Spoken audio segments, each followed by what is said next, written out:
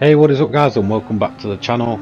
So recently I did mention that with a couple of my videos blowing up on, cars you should buy, that I was going to start a series of, more cars you should buy and cars you should never touch in Gran Turismo 7. So after doing a couple of cars you should buy, both of them being Nissans actually, one of them being the GT4 Nissan Silvia Aero touring car, and the other being the 1999 GT500 Nissan Skyline.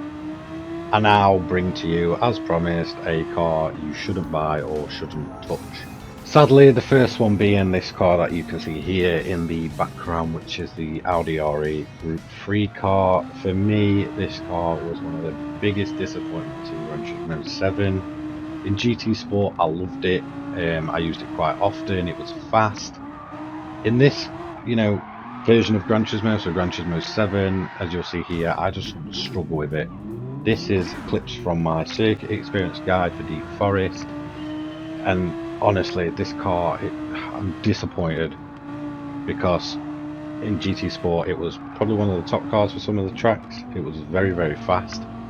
This version, however, it just feels so heavy, it feels slow and sluggish, and I just don't know what Gran Turismo has done, or Polyphony should I say, to the Audis in this game. After patch 1.13 it does feel much better than it previously did. It used to be absolutely horrendous, especially for controller players. Me personally, I play on controller and wheel. It is much better on wheel than it is controller, but for the majority of players, they play on controller. This car is going to be one of the worst ones you can use. Honestly, it feels awful.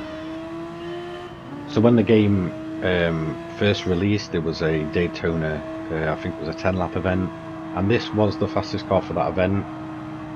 I tried to use it and I could not get on with it at all. I could not get a setup for it that I felt comfortable with. It felt very twitchy at the back. Since the latest update, obviously that has been toned down. It is much better on the handling, but now it just feels even slower and even more sluggish. I don't know what it is, and I feel like that's why I'm so disappointed with it. That's why I feel like majority of players should never buy it, because every other GT3 car I've used can be quite, twitchy and really thrown into the corners, where this one you feel like it just doesn't want to do what you ask it to do.